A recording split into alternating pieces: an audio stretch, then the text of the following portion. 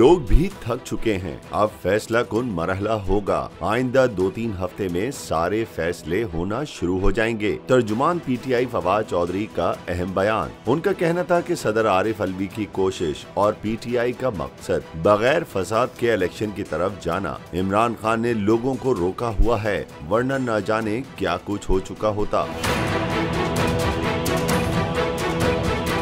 उनका मजीद कहना था कि पीटीआई की जानिब से इलेक्शन के लिए लचक दिखाई जा रही है, जबकि दूसरी जानिब बिल्कुल लचक नहीं दिखाई जा रही। आइंदा 2-3 हफ्तों में चीजें सामने आना शुरू हो जाएंगी, इससे आगे बात नहीं जाएगी। उन्होंने इसहाक डार की वतन वापसी पर कहा कि वो इसलिए वापस आ रहे हैं कि वो नवाज शरीफ फैमिली के रेफरेंसेस को देखना चाहते हैं। इसहाक डार पर उनको पूरा इत्मीनान है।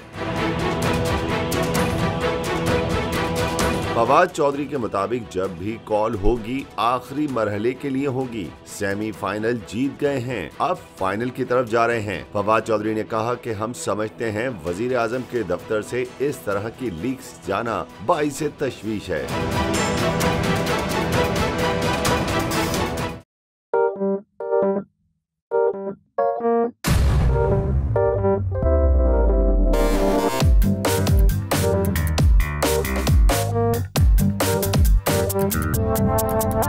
कुछ खेल के करेगा ये खिलाड़ी अपना सीन ऑन। देख लो भाई देख लो, है आखिरी खिलाड़ी कौन। आखिरी खिलाड़ी कौन। कुछ खेल के करेगा ये खिलाड़ी अपना सीन ऑन। देख लो भाई। यहाँ ऐसा कुछ नहीं होगा। दिमाग चलाओ, जवाब बताओ और लाखों ले जाओ। आखिरी खिलाड़ी कौन।